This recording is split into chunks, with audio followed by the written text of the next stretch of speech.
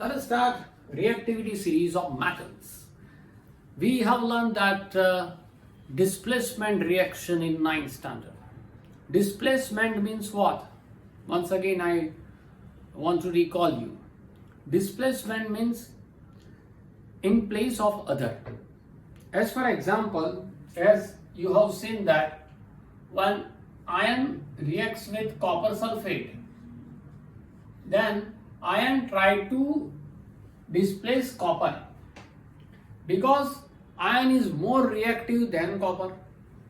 So iron tried to remove copper and at that place iron sat, and so FeSO4 iron sulfate is formed and copper is released. So on the basis of this displacement experiment or reactions, scientists try to find out the reactivity series. Which metals are more reactive and which metals are less reactive. So here it is given the reactivity series.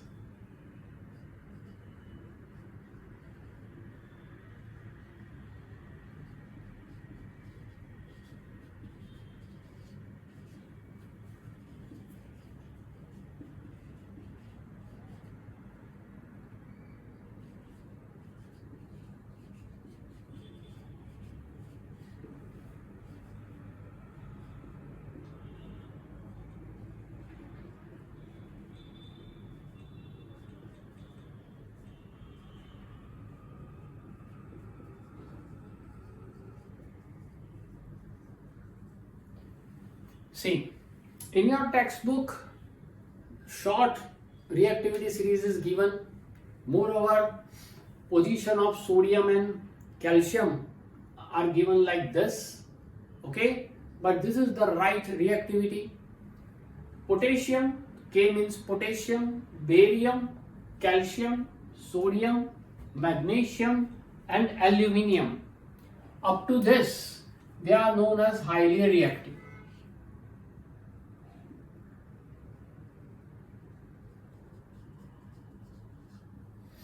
Afterwards, manganese, zinc, iron, cobalt is known as, nickel and tin, strontium, Latin word is strontium. They are called in middle reactivity.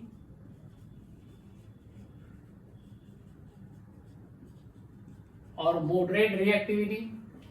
Lead, hydrogen is there. Hydrogen is actually not metal, but here hydrogen we write here in a modulus, okay, so that the left side is called reactive whereas right side is called less reactive.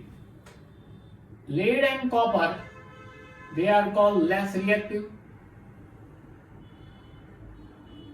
and mercury, silver and gold are called neutral. No reaction is there, okay. So in this way, reactivity series is formed. You have not to learn about this reactivity series in deeply. You have to remember only this reactivity series. How to remember this reactivity series? It's a big question, but we will learn it in our offline lecture. Is it okay? Now after that, the new topic is on 46 number page, that how do metals and non-metals react with each other. Metals and non-metals react with each other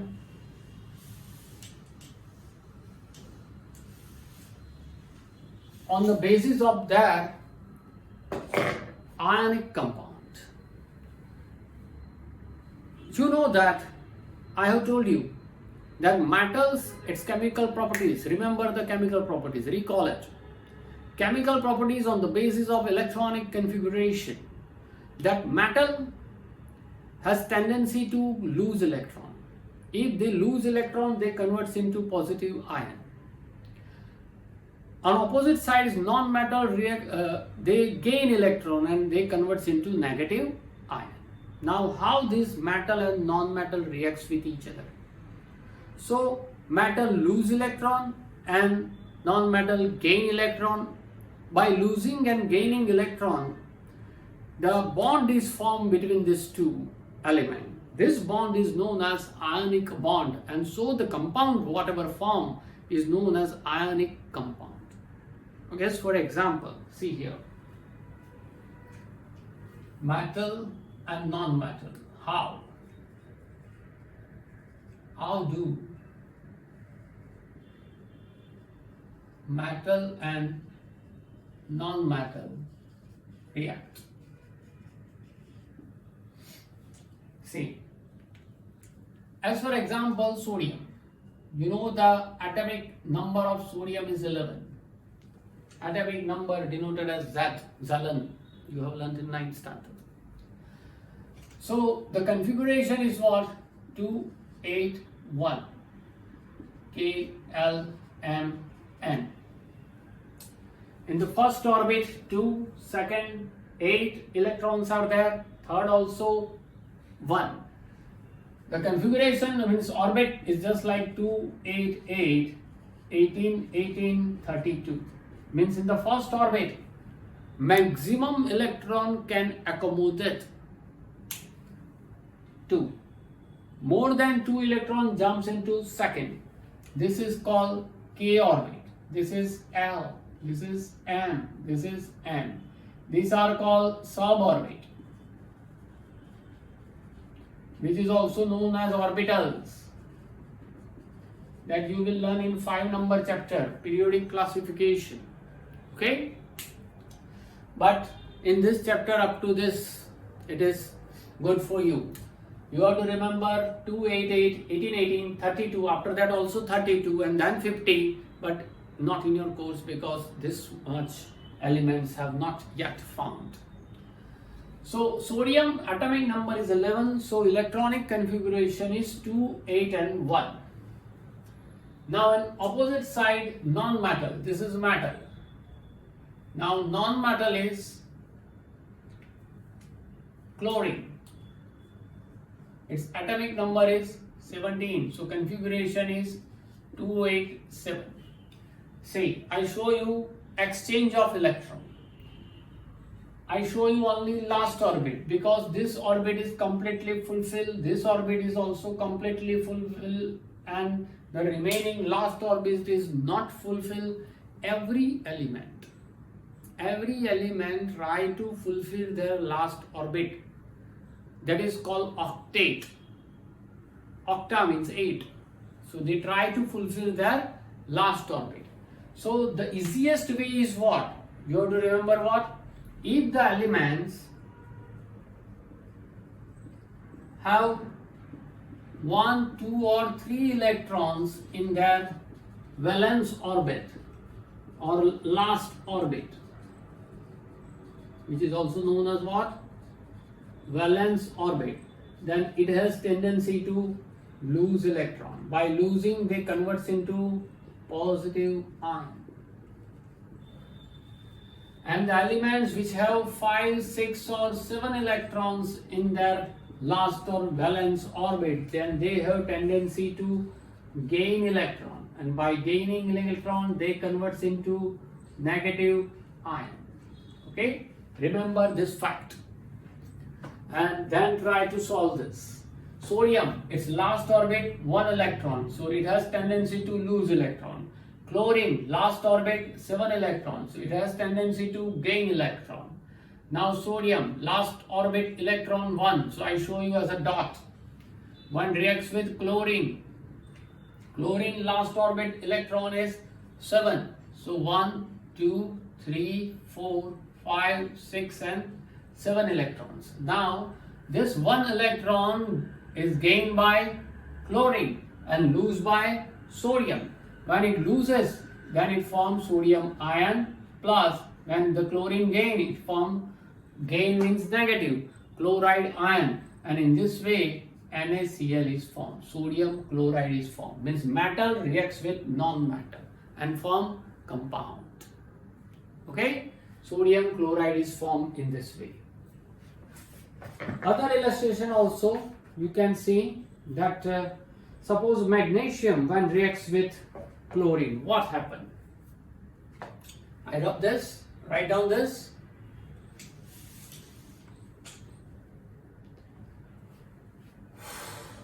As for example, magnesium. Magnesium number is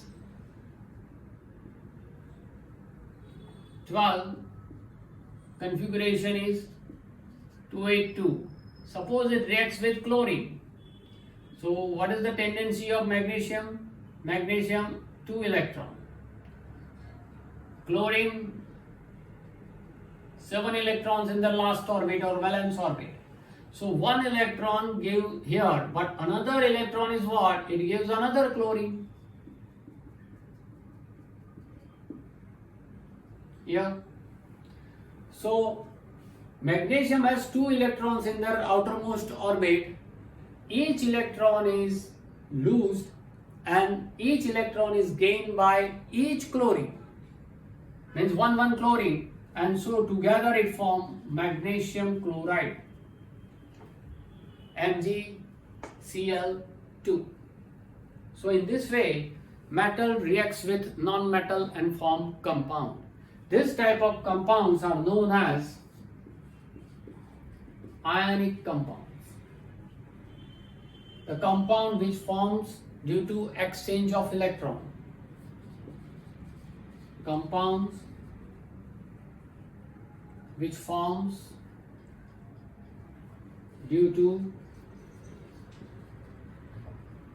exchange of electrons are called ionic compound.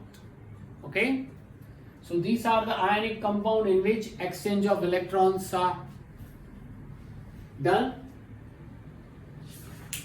Now, properties of this ionic compound on your page number 49.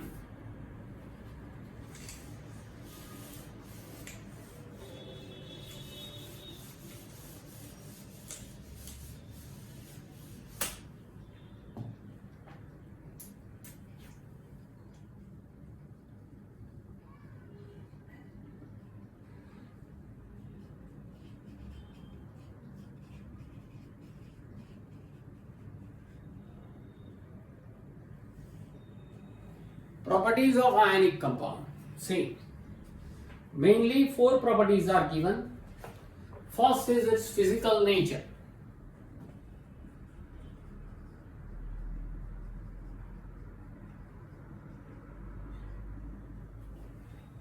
Ionic compound. You know that ionic compounds are formed because of metal and non-metal. So generally it is said that ionic compounds are solid and somewhat hard. Ionic compounds are solid and hard. Why they are solid? The reason is what? Strong force of attraction between two molecules are formed.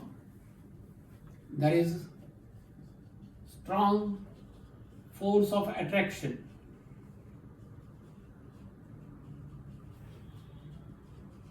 between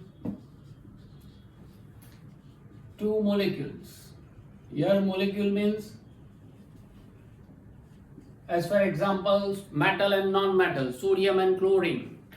You have seen this type of structure of sodium chloride. Have you seen? Not in your course, so don't worry about it.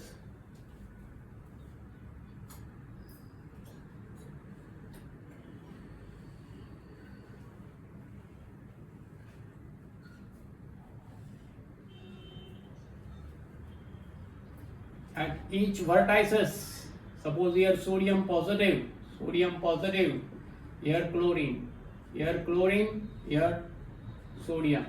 So here chlorine, here sodium, chlorine, sodium.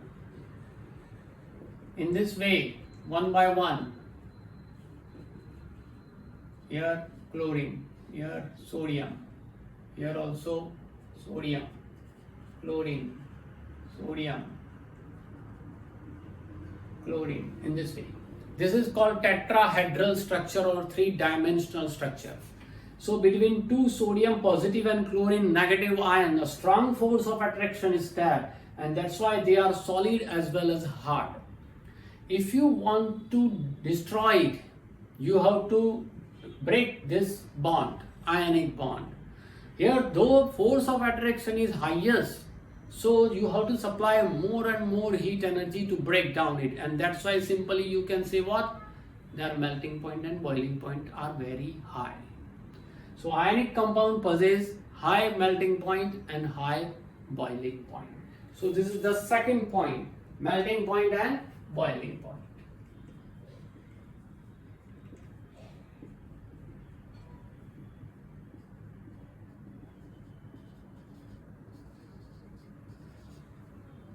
Generally,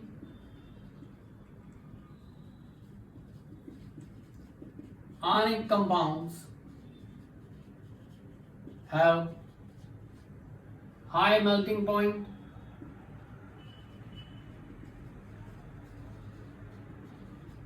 and high boiling point. The reason? Because between two opposite metal and non-metal, positive and negative, so two opposite elements, two opposite ions, strong force of attraction is there, and to destroy it, to break down this force of attraction, we have to supply more energy. If you supply more energy, then and then it can melt or it can boil, and that's why you can say that their melting point and boiling points are very high. The third is solubility.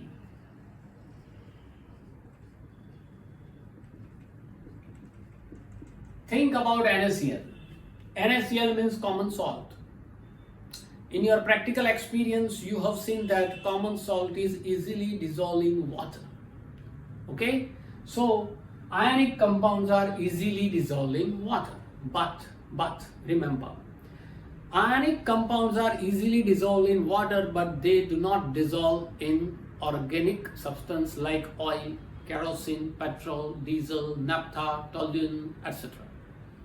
The opposite thing. If the substance are dissolved in organic material, then they cannot dissolve in water. If the substance which is dissolved in water easily, they cannot dissolve in organic substance. Both are opposite. Repeat this. So solubility, generally ionic compounds are soluble in water, but they are not soluble in organic solvent like petrol, diesel, naphtha, ether, toluene, etc. Okay? So the fourth one, conduction of electricity.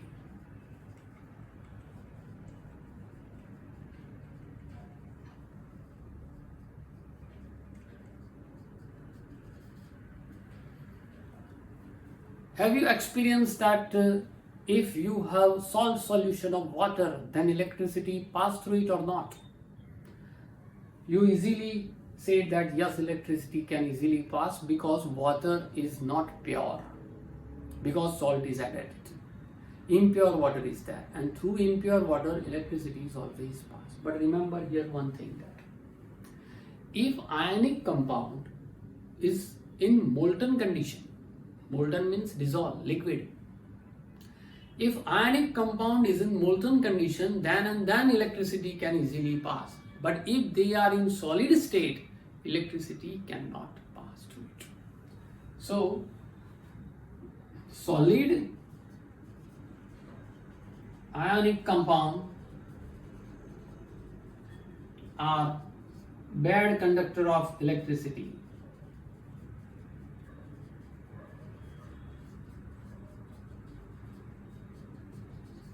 But in molten condition,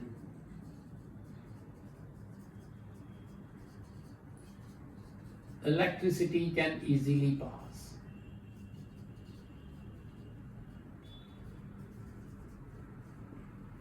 Okay, so these are the properties of ionic compound.